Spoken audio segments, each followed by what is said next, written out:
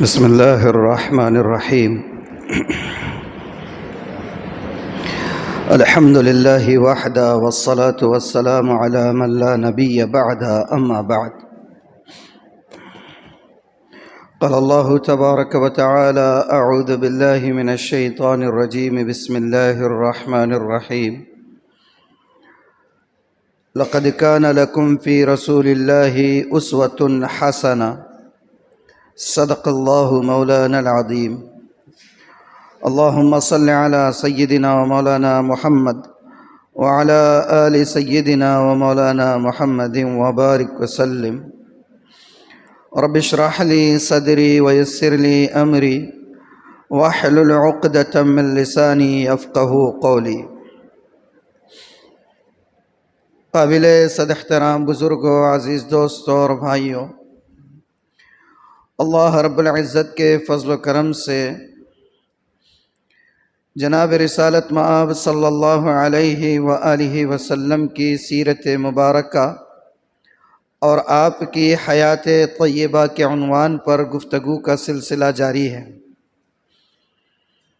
گزشتہ ہفتے جو بات آپ کے سامنے رکھی گئی تھی وہ یہ کہ کفار مکہ کی 1000 رکاوٹوں کے باوجود اور ان کے 1000 ظلم و ستم کے باوجود اسلام کا دائرہ وہ پھیلتا ہی چلا جا رہا تھا، اور نہ صرف مکہ میں بلکہ مکہ کے باہر کے جو افراد مکہ آیا کرتے وہ بھی اگر نبی کریم صلی اللہ علیہ وآلہ وسلم کو سن لیتے یا کسی طرح ان کے کان میں اللہ کے رسول کا کلام یا اللہ کے رسول کی بات پہنچ جاتی تو بات اتنی مؤثر اور اتنی اثر انگیز ہوتی کہ وہ بات اپنا اثر دکھا کر رہتی اور سننے والے فوراً آپ کا کلمہ پڑھنے لگ جایا کرتے تھے۔ یہ صورتحال کہ اسلام پھیلتا رہا اور مشرکین مکہ اور کفار مکہ اسلام قبول کرنے والوں کو ظلم و ستم کا نشانہ بناتے رہے، یہ سلسلہ چلتا رہا۔ لیکن بہرحال 2 شخصیتیں ایسی تھیں جن کی وجہ سے مشرکین مکہ کو اللہ کے رسول کے گریبان تک ہاتھ لانے کا یارہ نہیں ہوتا تھا، مجال نہیں تھی کہ وہ اللہ کے رسول پر دست درازی کر سکے۔ ان میں ایک شخصیت تو تھی قبیلہ قریش کی بزرگ ترین شخصیت حضرت ابو طالب، جو اللہ کے رسول صلی اللہ علیہ وآلہ وسلم کے حقیقی چاچا تھے۔ وہ جب تک رہے چونکہ سردار تھے، کسی کو مجال نہیں تھی کہ اللہ کے رسول تک پہنچ سکے۔ ہاں، زبانی ایذائیں دیا کرتے، آپ کے خلاف سازشیں کیا کرتے، آپ پر ایمان لانے والوں کو ستایا ضرور کرتے، لیکن آپ تک پہنچا نہیں کرتے تھے۔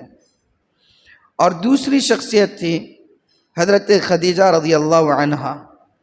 یہ وہ شخصیت تھی جو دل کا سکون تھی، گھر کی راحت کا سامان تھی، اور اس کے ساتھ ساتھ مکہ میں جن کا اپنا اثر و رسوخ تھا، اللہ نے ان کو بڑی وجاہت سے، بڑی متانت سے اور بڑے مقام و مرتبے سے نوازا ہوا تھا۔ تو یہ 2 شخصیتیں ایسی تھیں جن کی وجہ سے اللہ کے رسول صلی اللہ علیہ وآلہ وسلم تک براہ راست کافروں کے ہاتھ پہنچ نہیں پاتے تھے۔ لیکن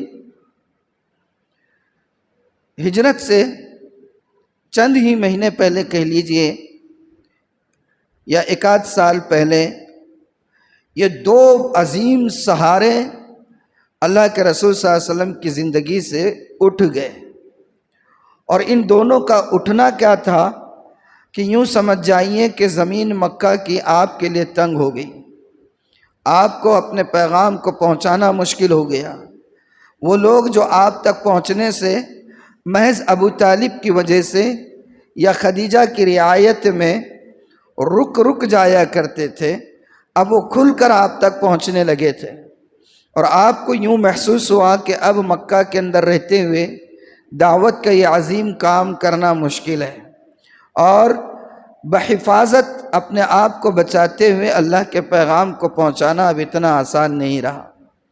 تو اس کے لیے آپ نے ارادہ کیا کہ مکہ سے باہر کا رخ کرنا چاہیے۔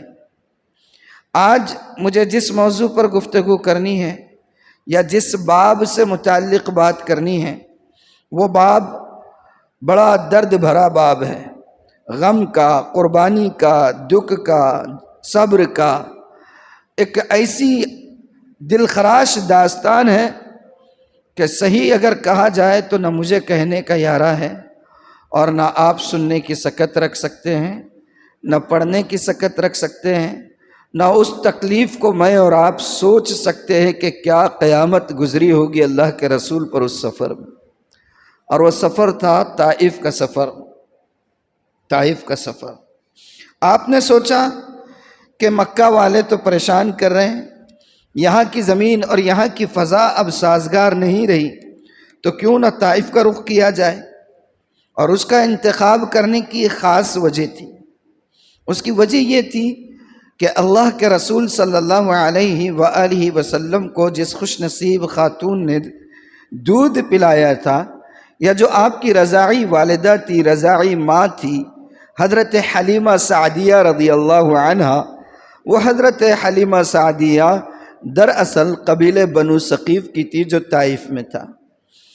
اللہ کے رسول نے شاید یہ سوچا ہو کہ یہ طائف والے قبیلے بنو ثقیف کے لوگ ہیں، اور قبیلے بنو ثقیف رشتے میں میرے ننیھالی ہیں، ماموں لگتے ہیں، کوئی نانا ہوگا، کوئی ماموں ہوگا، کوئی خالو ہوگا، کچھ تو رشتہ ہے، اور اس رشتے کی انسیت کی وجہ سے یا اس رشتے کی مناسبت کی وجہ سے بہت ممکن ہے کہ وہ میری مدد کرے، میری بات کو سنے، میرے پیغام کو قبول کرے، اور نہ صرف میرے ہم نوا بنے بلکہ میرے کام کے اور کاج کے داعی بھی بن کر ابھر پڑے۔ آپ کا خیال یہ تھا، اور اس لیے آپ نے طائف کا رخ کیا۔ لیکن طائف کا رخ کیا تو دیکھیے، اچھا ایک بات درمیان میں یاد آ گئی کہ اللہ اپنے محبوب بندوں کو بہت سخت حالات سے آزماتا ہے۔ اب مکہ میں ابو طالب اور حضرت خدیجہ جب تک حیات تھے، اللہ کے رسول بڑی آسانی سے اپنا پیغام پہنچایا کرتے تھے، اور اس کے بعد آپ کو طائف رخصت ہونا پڑا۔ طائف کا ارادہ آپ نے کیا ان دونوں کی رحلت کے بعد۔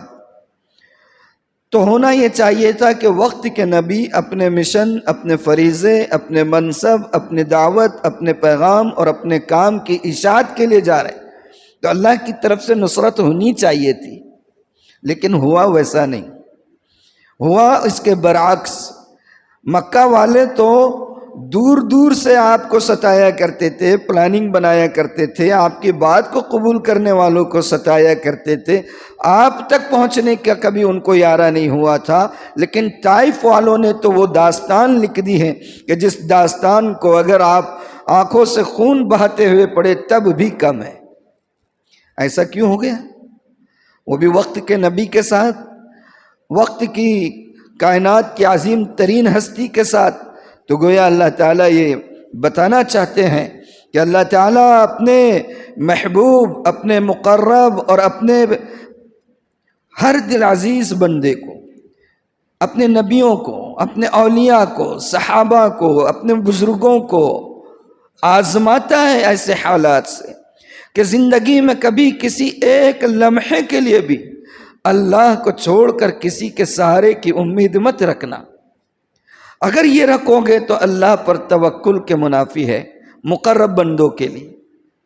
ہاں، ہلکا سا آپ کو یہ امید ہوئی تھی کہ یہ میرے ننیالی رشتہ دار ہے، کوئی خالو ہوگا، کوئی ماموں ہوگا، کوئی نانا ہوگا، اور ایسے رشتہ دار ہوں گے، اور حلیمہ سعدیہ کا تذکرہ کروں گا تو شاید مجھے کچھ مدد مل جائے گی۔ اللہ نے اس سہارے کی جڑ کو کاٹ کے رکھ دی۔ امتحان ہوتا ہے، اللہ پر بھروسے میں کبھی ذرہ برابر بھی کمی نہ آنے پائے، اللہ اپنے مقرب بندوں کو یوں آزماتا رہتا ہے۔ تو آپ نے سوچا کہ وہاں جانا چاہیے، طائف جانا چاہیے۔ طائف آج کل مکہ سے تقریباً 65 کلومیٹر کی دوری پر ہے، 40 میل کا فاصلہ ہے۔ اور یہ فاصلہ یا یہ 65 کلومیٹر کا جو ڈسٹینس ہے یہ اب روڈ اور سڑک بننے کے بعد کا ہے۔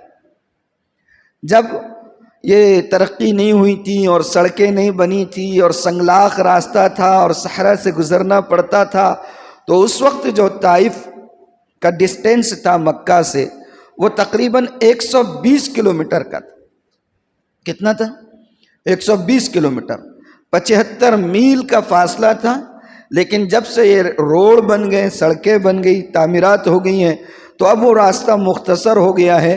120 کلومیٹر سے براہ راست ڈائریکٹ آ گیا ہے 65 کلومیٹر تک۔ کتنے؟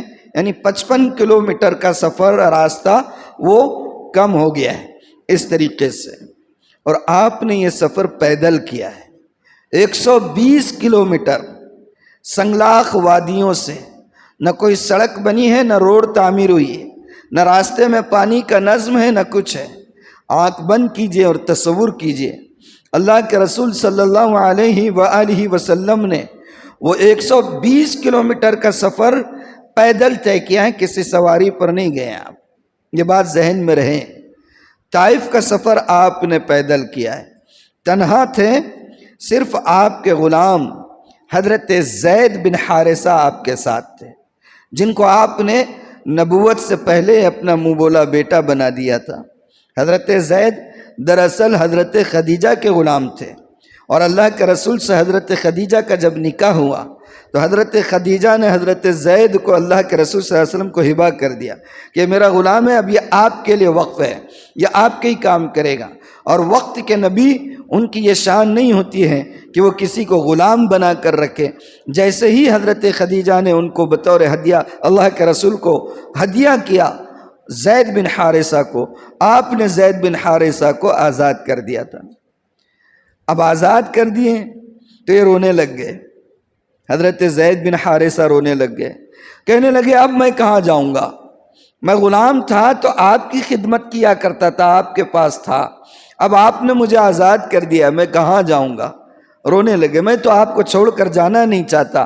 تو آپ نے ان کو اسی وقت اعلان کیا، ہاتھ پکڑ کر خانہ کعبہ حرم میں مسجد حرام میں لے کر گئے اور اعلان کیا تھا کہ آج سے زید بن حارثہ کو ہم نے اپنا بیٹا بنا لیا، نبوت سے پہلے کی بات۔ اور یہ ایسی محبت تھی اللہ کے رسول کو زید بن حارثہ سے کہ پوچھئے مت۔ پورے مکہ میں زید بن حارثہ کے بجائے زید بن محمد سے مشہور ہو گئے تھے، اور اللہ کے رسول صلی اللہ علیہ وآلہ وسلم کی کنیت ابو زید کے نام سے ہو گئی تھی۔ ابو القاسم کے بجائے ابو زید کے نام سے لوگ آپ کو کہتے تھے، اتنی محبت۔ ان زید بن حارثہ کو آپ نے سفر میں ساتھ لیا۔ آپ سوچیں سفر کے لیے جا رہے ہیں، کیسی امیدیں ہوں گی، کیسے خیالات ہوں گے، مکہ کے جو حالات تھے وہ بھی ذہن میں ہوں گے، اور حضرت ابو طالب کی رحلت اور حضرت خدیجہ کا داغ مفارقت دینا یہ بھی ذہن میں چل رہا ہوگا، اور پھر ایمان لانے والوں پر ظلم و ستم کے جو پہاڑ توڑے جا رہے تھے اس کا بھی کچھ منظر چل رہا ہوگا۔ اور یہ سوچتے سوچتے پھر آپ آگے کے مناظر کو دیکھ رہے ہوں گے کہ میں فلاں کے پاس جاؤں گا اور ان سے اپنی رشتہ داری بتاؤں گا، اور یہ بتاؤں گا کہ میں آپ ہی کے قبیلے کی ایک عورت کا شیرخوار بچہ ہوں اور میں نے اس کا دودھ پیا ہوں، اس لحاظ سے میں آپ کا نواسا ہوں، میں آپ کا بھانجا ہوں، تو شاید وہ میری مدد کریں گے اور قریش کے ظلم و ستم سے بچ کر مجھے اپنے پیغام کو عام کرنے کے لیے ایک پرامن اور پرسکون فضا میسر آئے گی، اور میں یہاں سے پھر اپنے مشن کو چلاؤں گا۔ اور پھر طائف یہ آباد شہر ہے اور پورا یوں کہیے کہ ترقی یافتہ شہر تھا اور خوب اچھی آب و ہوا کا حامل شہر تھا، زرخیزی، شادابی، سرسبزی طائف کی مشہور تھی پورے علاقے کے اندر۔ کتنی مشہور تھی اور کتنے یہ لوگ ترقی یافتہ تھے، اس سے آپ اندازہ لگائیے کہ مکہ میں جب اللہ کے رسول صلی اللہ علیہ وآلہ وسلم نے اپنی بات کا آغاز کیا تھا اور اہل مکہ کو اسلام کی دعوت دی تھی، تو بعض مکہ والے آپ سے کہتے تھے کہ یہ اگر نبی اوپر والے کو بنانا ہی ہوتا تو وہ عظیم شہر کے کسی شخص کو بناتا، اور وہ عظیم شہر سے مراد ان کے طائف ہوتی تھی۔ طائف کو سمجھتے تھے کہ بہت ماڈرن سٹی ہے، بہت ترقی یافتہ ہے، وہاں کے لوگ بہت قابل ہوتے ہیں، بہت ذہین ہوتے ہیں، اور وہ اس قابل ہوتے ہیں کہ کسی کی قیادت کر سکے۔ اللہ کے رسول نے جب مکہ میں اپنی دعوت کا آغاز کیا تو اہل مکہ آپ کو طنزاً کہا کرتے تھے کہ اگر اللہ کو نبی ہی بنانا ہوتا تو اس عظیم شہر کے کسی فرد کو نبی بنا دے۔ اور یہ بات اللہ تعالیٰ نے خود قرآن میں نقل فرمائی ہے۔ اللہ تعالیٰ فرماتے ہیں کہ وہ لوگ یہ کہا کرتے تھے لولا انزل هذا القرآن على رجل من القريتين عظیم، کہ اگر اللہ کو قرآن اتارنا ہی ہوتا تو اس عظیم شہر کے کسی فرد کے اوپر اتارتا، نہ کہ تم پر۔ تو طائف اتنا متمدن شہر تھا، اور پھر آپ جس قبیلے میں جا رہے تھے وہ قبیلہ بڑا دلیر، بہت مہمان نواز، بڑا مقام اس کو حاصل تھا، اور بنو ثقیف کے خاص سرداروں کے پاس جانے کی وجہ یہ تھی جو میں نے بتایا، ننیالی رشتے کی نسبت جو ہو رہی تھی دودھ کی طرف سے۔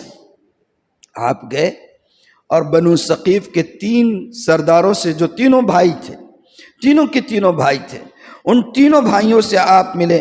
ایک کا نام عبد یالیل تھا، دوسرے کا نام مسعود تھا، اور تیسرے کا نام حبیب تھا۔ عبد یالیل بن عمر، مسعود بن عمر اور حبیب بن عمر، ان تینوں کے پاس آپ گئے اور آپ نے اپنا پیغام بھی انہیں پہنچایا، مکہ کے حالات سنائے، قریش مکہ کے مظالم کی داستان بیان کی، اور اس کے بعد کہا کہ میں آیا ہوں آپ کے پاس اس امید کے ساتھ کہ آپ میرے ننیالی رشتہ دار ہیں، آپ میرے پیغام کو قبول کریں گے، آپ میرے معاون بنیں گے، اور قریش کے ظلم و ستم سے مجھے جو ہے یہاں نجات ملے گی، اور میں کھل کر اپنے کام کا آغاز یہاں سے کر سکوں گا۔ اللہ اکبر کبیرہ۔ یہ دیکھیں کیسے اللہ آزماتا ہے اپنے مقرب بندوں کو، اللہ کیسے آزماتا ہے اپنے اولیاء کو، اور خاص طور پر انبیاء کو، کہ اللہ کے رسول آئے تھے مدد کی امید پر۔ ان میں سے ایک نے کہا تمہیں نبی بنایا اللہ نے تمہیں نبی بنایا ہے، اگر تم نبی ہوئے نا تو خانہ کعبہ کے غلاف کے ٹکڑے جا کر میں کر دوں گا، یعنی تم نبی نہیں ہو سکتے، اگر تم نبی ہوئے تو میں جا کر خانہ کعبہ کے غلاف کے ٹکڑے ٹکڑے کر دوں گا۔ دوسرے نے کہا اچھا آپ نبی ہیں، اللہ کو آپ کے علاوہ کوئی اور ملا نہیں جس کو نبی بناتے ہیں، پوری انسانیت میں ایک آپ ہی تھے، سب سے باصلاحیت، سب سے قابل، سب سے جو ہے ہنرمند، جس کو اللہ نے نبی ہونے کے لیے چنا ہے۔ اور دیکھیں کیسی دلخراش باتیں ہیں، ذرا آنکھ بند کے تصور کیجئے آپ کہ اللہ کے رسول کس امید پر نکلے تھے، کیسی توقعات آپ کی تھی، اور آپ کو آنے کے بعد کس چیز کا سامنا ہو رہا ہے اور کن لوگوں سے ہو رہا ہے۔ پورے طائف میں آپ جن لوگوں سے ملنے گئے اس امید پر کہ یہ رشتہ دار ہیں اور شریف لوگ ہیں، میری بات کو سنیں گے، جواب ایسے دل خراش آ رہے ہیں۔ اللہ اکبر کبیرہ۔ تیسرے نے کہا کہ مجھے تم سے بات ہی نہیں کرنا ہے بھائی، اس لیے کہ 2 چیزیں ہیں، ایک تو یہ ہو سکتا ہے کہ تم نبی ہو، اب اگر تم نبی ہوئے تو میرا لہجہ کرخت ہے، بے ادبی ہو جائے گی، اور یہ میں نہیں چاہتا، یا پھر دوسری صورت یہ ہو سکتی ہے کہ تم نبی نہ ہو، جھوٹے ہو، اور اگر تم جھوٹے ہو تو جھوٹوں سے میں بات نہیں کرتا۔ تصور کرے وہ ذات جس کو کفار مکہ، قریش مکہ، مشرکین مکہ 1000 دشمنی کے باوجود صادق کہنے سے تھکتے نہیں تھے، اس کو کہا جا رہا ہے کہ یا تو تم جھوٹے ہو اور جھوٹوں سے ہم بات کرنا نہیں چاہتے۔ اللہ اکبر کبیرہ۔ اللہ کے رسول صلی اللہ علیہ وآلہ وسلم نے ان سے کہا اذا فعلتم ما فعلتم فاکتمونی، اذا فعلتم ما فعلتم فاکتمونی، کہا کہ ٹھیک ہے آپ کو میری مدد نہیں کرنی ہے نہ کریں، آپ نے میرے ساتھ جو برتاؤ کیا، جو لہجہ اپنایا اور جو رویہ اپنایا، ٹھیک ہے، مجھے کوئی شکایت نہیں ہے، لیکن آپ سے ایک درخواست ہے میری، فاکتمونی، میرے معاملے کو بس چھپا کے رکھنا، اپنے تک رکھنا، اس بات کو عام نہ کرنا۔ اللہ کے رسول صلی اللہ علیہ وآلہ وسلم کو یہ اندیشہ تھا کہ یہ خبر اگر مکہ میں پہنچے گی تو وہ لوگ دشمنی میں اور بھڑک اٹھیں گے، اور معاملہ جو وہاں کمزور، نہتے، بے سہارا مسلمان ہیں، کہیں ایسا نہ ہو کہ ان کے اوپر ظلم و ستم کے پہاڑ اور زیادہ تیزی سے توڑے جانے لگے کہ محمد تو اب مکہ سے باہر جا کر مکہ کے باہر کے لوگوں کی مدد لینا چاہ رہے ہیں، یعنی گویا وہ ہمارے خلاف کام کرنا چاہ رہے ہیں۔ تو آپ نے کہا کہ اذا فعلتم ما فعلتم فاکتمونی، جو کچھ میرے ساتھ تم نے رویہ اپنایا ٹھیک ہے، کوئی بات نہیں، بس میری گزارش یہ ہے کہ میرے معاملے کو آپ چھپا دیں، یعنی اس کو اپنے تک رکھے اور اس کو کسی پر آپ ظاہر نہ کرے۔ اللہ کے رسول صلی اللہ علیہ وآلہ وسلم تقریباً روایتوں میں آتا ہے 10 دن طائف میں رہے، اور بعض روایتیں ایسی ہیں کہ 10 دن نہیں بلکہ آپ 1 مہینے تک طائف میں رکے رہے آپ، اور 1 مہینے تک آپ نے کام کرتے رہے آپ مستقل 1 مہینے تک۔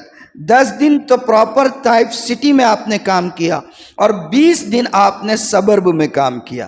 20 دن طائف کے اطراف میں جو قرب و جوار میں جو چھوٹے چھوٹے قبیلے تھے، جو چھوٹے چھوٹے خاندان تھے، وہاں جا جا کر ان کو آپ اپنا پیغام سناتے رہتے تھے۔ طائف کا شاید ہی کوئی با اثر آدمی ایسا بچا ہو جس تک اللہ کے رسول نہ پہنچے ہو۔ ہر کس و ناکس کے پاس آپ اپنے پیغام کو لے کر گئے، اپنی دعوت کو لے کر گئے، اور ان تک اپنا پیغام آپ پہنچاتے رہے۔ اس قدر مستقل اور مسلسل محنت کا تقاضا تو یہ تھا کہ آپ کی بات کو کوئی نہ کوئی تو قبول کرتا۔ حیرت کی بات ہے کہ 1 مہینے کا سفر آپ کا رہا، ایک بندہ ابھی تک آپ کو ہاتھ نہیں لگا۔ آخر میں جن بڑوں سے آپ ملے تھے ان لوگوں نے کہا کہ اگر تم یہاں رہیں تو بہت ممکن ہے کہ ہمارے نوجوانوں کو بگاڑ کر رہو گے، اس لیے اب تمہارا ہمارے شہر میں رہنا ممکن نہیں ہے۔ تمہارے اپنے شہر والوں نے تمہاری بات نہیں سنی تو ہمارے شہر والوں کو بگاڑنے کے لیے آ گئے یہاں تم نہیں ٹھہر سکتے۔ اور پھر ان لوگوں نے طائف کے غنڈوں کو، دبنگوں کو، اوباشوں کو، بدماشوں کو، بدقماشوں کو اور بس بد اخلاقوں کو آپ کے پیچھے لگا دیا۔ اللہ کے رسول ان کو اپنا پیغام سناتے رہیں، دعوت دین دیتے رہیں، اور وہ آپ کے اوپر سنگباری کرتے رہیں۔ اللہ اکبر کبیرہ۔ تھوڑا سا آنکھ بند کر کے تصور کیجئے، وہ نبی جس کو اللہ نے قرآن میں کبھی نام لے کر خطاب نہیں کیا۔ اللہ نے کہیں قرآن میں انبیاء کو کہا یا ابراہیم، کبھی حضرت موسیٰ کو کہا یا موسیٰ، کبھی عیسیٰ سے کہا یا عیسیٰ، کبھی یا زکریا، کبھی یا یحییٰ۔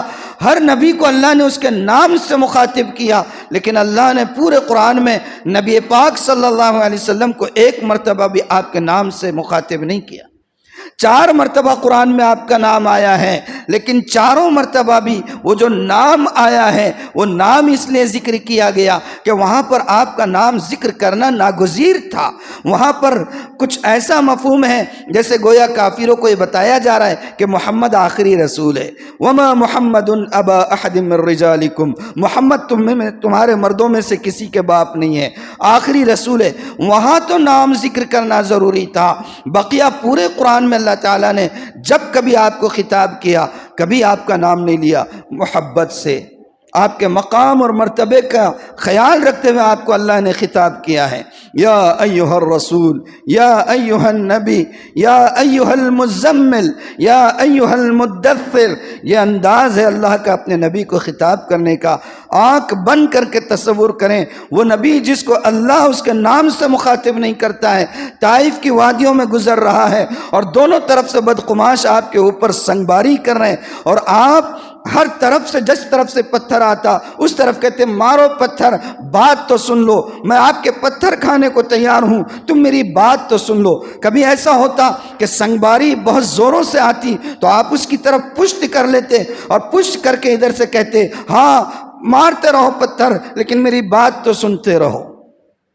اس قدر پتھر برسا گئے، حضرت زید بن حارثہ ہر مرتبہ آپ کا دفاع کرتے، پورا جسم اطہر، جسم مبارک، فداہ ابی و امی و روحی، ہماری جانیں، ہمارے والدین، ہمارے بچے، سب کچھ آپ کے اوپر قربان ہے، آپ پر فدا ہے۔ آپ پورا کے پورا آپ کا جسم مبارک لہو لہان ہو گیا۔ ایک وقت ایسا آیا کہ پتھروں کی بارش جاری ہے اور آپ برداشت نہ کر کے غشی آپ پر طاری ہو گئی اور آپ گر گئے۔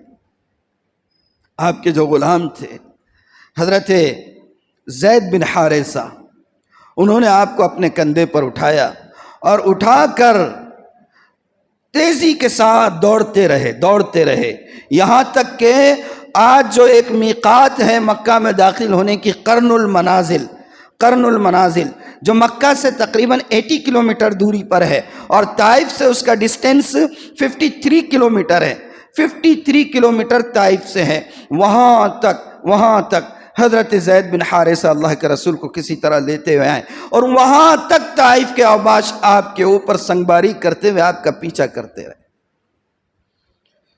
اور اس جگہ پہنچ کر طائف کے وہ گنڈے واپس گئے اور اللہ کے رسول صلی اللہ علیہ وسلم کو حضرت زید بن حارثہ نے ایک باغ جو قرن المنازل کے قریب میں تھا، اور عتبہ اور شیبہ جو ربیعہ کے دونوں فرزند تھے جو مکہ ہی کے تھے، ان کا باغ وہاں تھا، اور وہ دونوں باغ کے مالک تھے، مشرک تھے، کافر تھے، بدر میں مارے گئے، مسلمانوں سے لڑنے آئے تھے، حضرت علی کے وار سے ختم ہوئے تھے، عتبہ اور شیبہ، ان دونوں کا وہ باغ تھا۔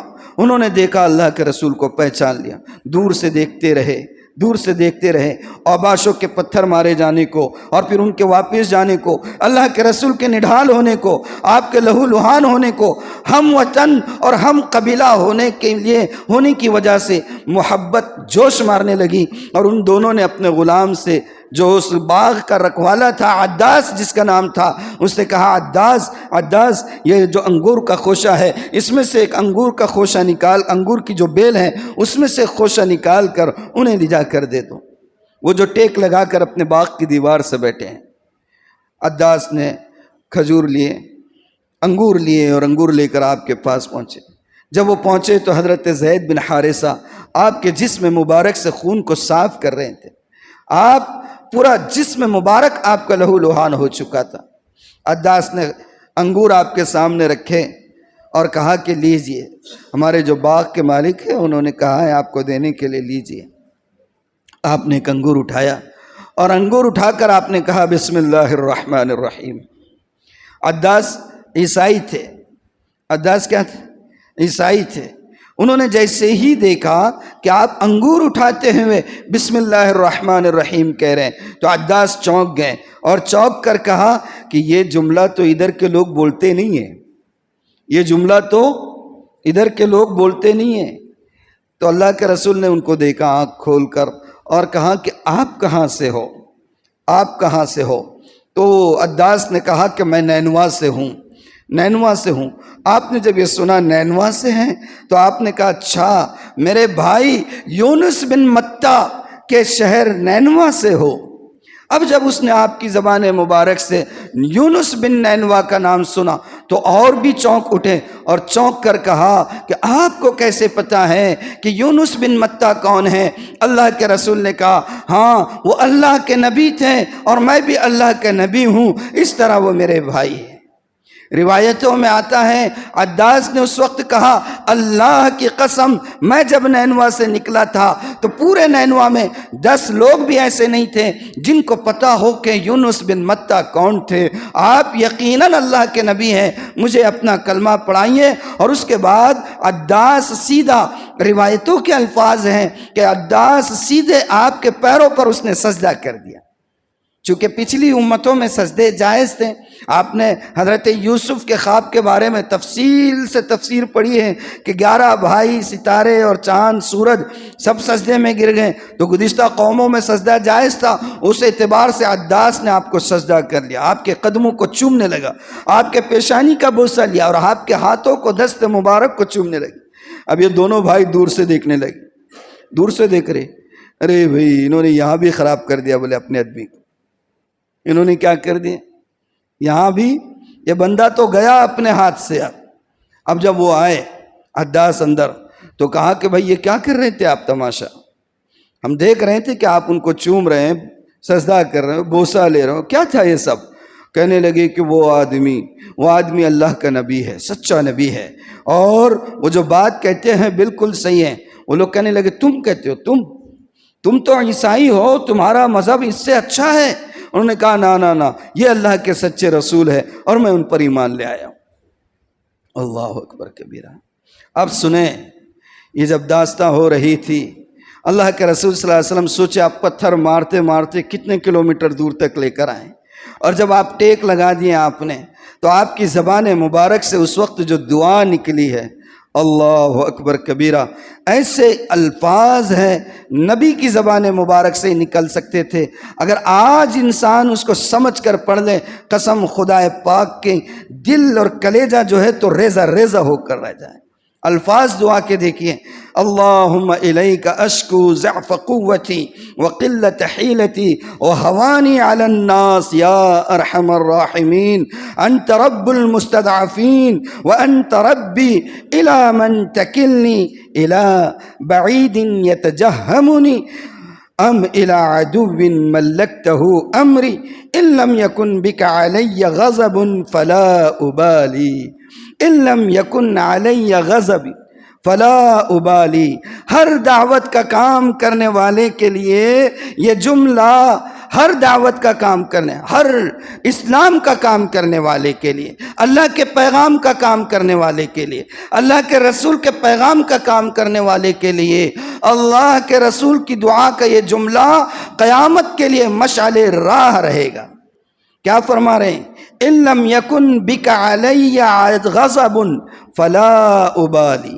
اللہ آپ، میں اپنی کمزوری، اپنی بے مائگی، اپنی بے سر و سامانی کا بس آپ سے رونا روتا ہوں، میں اپنی جو ناقدری لوگوں نے کی ہے اس کا بھی رونا بس آپ سے کرتا ہوں۔ یا ارحم الراحمین، اے سب سے زیادہ رحم کرنے والے، آپ بے کسوں کے، بے سہاروں کے، بے مایوں کے، اللہ آپ سہارا ہے، آپ ان کے رب ہیں۔ وَأَنْتَ رَبِّي، اور آپ میرے بھی رب ہیں۔ إِلَى مَنْ تَكِلْنِي، کس کے حوالے مجھے کر رہے ہیں اللہ آپ مجھے کس کے حوالے کر رہے ہو؟ إِلَى مَنْ تَكِلْنِي الا بعید یتجہمنی، ایسے اجنبیوں کے حوالے کر رہے ہو جو مجھے اس طریقے سے زد و کوب کر رہے ہیں۔ ام الی عدو ملکتہ امری، یا کسی دشمن کے ہاتھوں میں مجھے آپ نے چھوڑ رکھا ہے؟ اللہ کن کے حوالے آپ مجھے کر رہے ہیں؟ ہاں سنیں وہ جملہ جس کے بارے میں میں نے کہا کہ یہ ہر داعی کے لیے، ہر دین کا کام کرنے والے کے لیے مشعل راہ ہے۔ آپ نے فرمایا ان لم یکن بک علی غضب فلا ابالی، اللہ اگر آپ مجھ سے ناراض نہیں ہیں تو قسم خدا کی مجھے کسی کی پرواہ نہیں ہے۔ اللہ اگر آپ مجھ سے ناراض نہیں ہیں، مجھے کسی کی پرواہ نہیں ہے۔ ولیکن عافیتک ہی اوسع بی، ہاں آپ کی عافیت ہی میرا سب سے بڑا سہارا ہے۔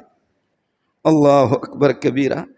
نہ شکوہ، نہ شکایت، نہ پتھروں کی برسات پر بد دعا، نہ اللہ سے ان کے ہلاک ہونے کی دعا، نہ فرشتوں کی مدد، نہ اللہ کی مدد، بس ایک آپ ناراض نہیں ہے، مجھے کوئی پرواہ نہیں ہے، بس آپ میرا سہارا بن جائیے۔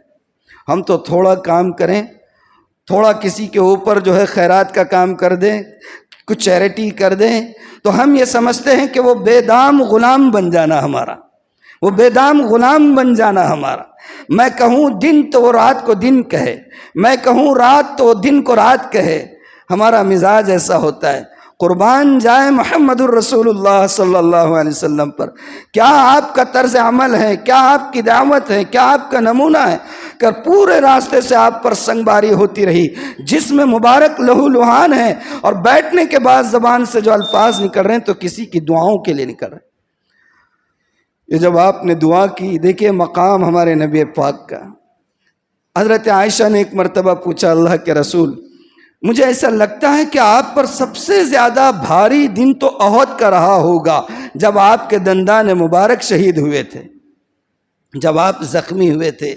اللہ کے رسول نے حضرت عائشہ کو یوں آنکھ کھول کر دیکھا اور کہا نہ عائشہ نہ، احد کا دن مجھ پر بھاری نہیں تھا، ہاں میرے لیے دن بھاری تھا تو طائف کا میدان میرے لیے بھاری تھا، جب میں پورے طور پر اپنی کوشش کر چکا، لیکن انہوں نے بجائے اس کے کہ میری بات کو قبول کرتے ہیں، نوجوانوں کو میرے پیچھے لگا دیا اور مجھ پر سنگ باری کرتے رہے، یہاں تک کہ میں بے ہوش ہو گیا، اور پھر مجھے آنکھ لگ گئی، اور جب آنکھ کھلی تو کیا دیکھتا ہوں، آسمان کی طرف کہ ایک ابر ہے، اور ابر میں دیکھتا ہوں کہ جبرائیل آئے ہیں، اور جبرائیل نے آ کر اللہ کے رسول کو خطاب کیا.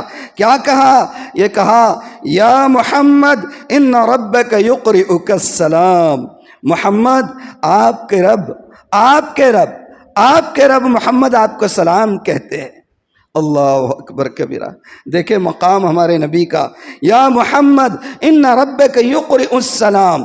محمد آپ کے رب آپ کو سلام کہتے ہیں. وہذا ملک الجبال قد ارسلہ الیک. اور یہ پہاڑوں کے فرشتوں کو اللہ نے آپ کے پاس بھیجا ہے. وہذا ملک الجبال قد ارسلہ الیک. یہ پہاڑوں کے فرشتوں کو اللہ نے آپ کی طرف بھیجا ہے. وَأَمَرَهُ أَلَّا يَفْعَلَ شَيْئًا إِلَّا بِأَمْرِكَ. اور ہاں محمد صلی اللہ علیہ وآلہ وسلم، اللہ نے ان فرشتوں کو حکم دیا ہے کہ آپ کی اجازت کے بغیر قدم بھی نہیں اٹھانا. مجھے نہیں پتا، میں نے نہیں پڑھا، میری پڑھنے میں کوئی بات ایسی نہیں آئی ہے کہ اللہ نے کبھی کسی اور پیغمبر سے کسی کو ہلاک کرنے کے بارے میں یہ پوچھا ہو کہ موسیٰ بتاؤ فرعون کو ہلاک کرنا چاہیے یا نہیں کرنا چاہیے، ابراہیم بتاؤ نمرود کو ہلاک کرنا چاہیے یا نہیں کرنا چاہیے، نوح بتاؤ 950 سال تک کام کرتے رہے، آپ کو ستاتے رہے، ان کو ہلاک کرنا ہے یا نہیں کرنا ہے؟ ہاں اللہ نے براہ راست ان سے کہا آپ اپنے بچاؤ کا سامان کرو، راتوں رات نکل جاؤ، بچوں کو لے کر نکلو، بنی اسرائیل کو لے کر نکلو اور لوط کو لے کر نکلو، ہم ان پر عذاب لانے والے ہیں. لیکن محمد الرسول اللہ کی امت کی باری آئی تو اللہ نے فرشتوں کے ذریعے سے سلام بھجوایا اور کہا کہ اللہ کے رسول، اللہ نے ہمیں حکم دیا ہے کہ معاملہ محمد کا ہے، میرے محبوب کا، عذاب براہ راست نہ دینا، ہاں ان سے پوچھنا کہ آپ کیا کہتے ہیں. اللہ اکبر کبیر، اللہ اکبر کبیرہ. پتہ ہے اللہ کے رسول نے کیا کہا؟ آپ نے یہ نہیں کہا کہ ہاں مجھ پر بہت سنگباری کی گئی، ہاں میں لہو لہان ہو گیا، ہاں مجھ پر غشی تاری ہو گئی. اللہ کے رسول نے فرمایا بل ارجو ان یخرج اللہ تعالی من اصلابہم من یعبد اللہ وحدہ ولا یشرک بہ شیئا. نا مجھے عذاب نہیں برسانا ہے، مجھے ان کو ہلاک نہیں کرنا ہے. ہاں میں یہ امید رکھتا ہوں اللہ ان کی نسلوں میں سے کسی ایک کو تو ایسا نکالے گا جو اللہ کی وحدانیت کی گواہی دے گا اور اللہ کے ساتھ کسی کو شریک نہیں کرے گا. ہاں میں یہاں بیٹھ کر اللہ کی قسم کھا کے کہتا ہوں، اللہ کی قسم، بھارت، پاکستان، بنگلہ دیش، سری لنکا، جاپان، یہ جتنے اس علاقے کے ممالک ہیں، ان تمام ممالک کے لوگ جو آج اللہ کا نام لے رہے ہیں، قسم خدائے پاک کی، طائف کی اسی دعا اور آپ کی اسی حکمت عملی کا نتیجہ ہے. ہم تک جس نے پہل اللہ کے مبارک نام کو لے کر آیا تھا، محمد ابن قاسم، وہ اسی بنو ثقیف کی اولاد میں تھا. ہاں وہ صبر، وہ استقامت، وہ ہمدردی، وہ خیر خواہی کہاں ہیں؟ وہ داعیوں کہاں ہو؟ اے دین کے کام کرنے والوں، اے جماعتوں، اے آرگنائزیشن والوں، تنظیموں والوں کہاں ہیں؟ ہم اپنی مونوپولی سے کام کرتے ہیں، ہم اپنے بنائے ہوئے خاکوں میں کام کرتے ہیں. کہاں ہے سنت اللہ کے رسول کی؟ اگر ہماری بات کسی نے نہیں مانا وہ ہمارا نہیں، یہ ہم نے طے کیا ہوا ہے. اللہ کے رسول کرے نہیں، پہاڑوں کا فرشتہ ہے، آپ کریں نا، ان کی نسلوں میں کوئی میری بات مانے گا. یہ استقامت، ہمدردی، خیر خواہی داعی کے اوصاف میں بنیادی اوصاف ہونا چاہیے. کسی کو دشمن نہیں سمجھنا ہے. کسی ایک کو بھی اگر ہم نے دشمن سمجھ لیا، کسی کے ساتھ اگر ہمدردی نہیں رہی، کسی کے ساتھ اگر بدگمانی رہی، تو یہ سمجھنا کہ ہم اللہ کے رسول کے دین کا کام نہیں کر رہے، ہم اپنی مرضی کا کام کر رہے ہیں. بہرحال اور ایک چیز یہ ذہن میں رہے، محنت. داعی کا کام بس یہ ہے، نتیجہ کس کے ہاتھ میں؟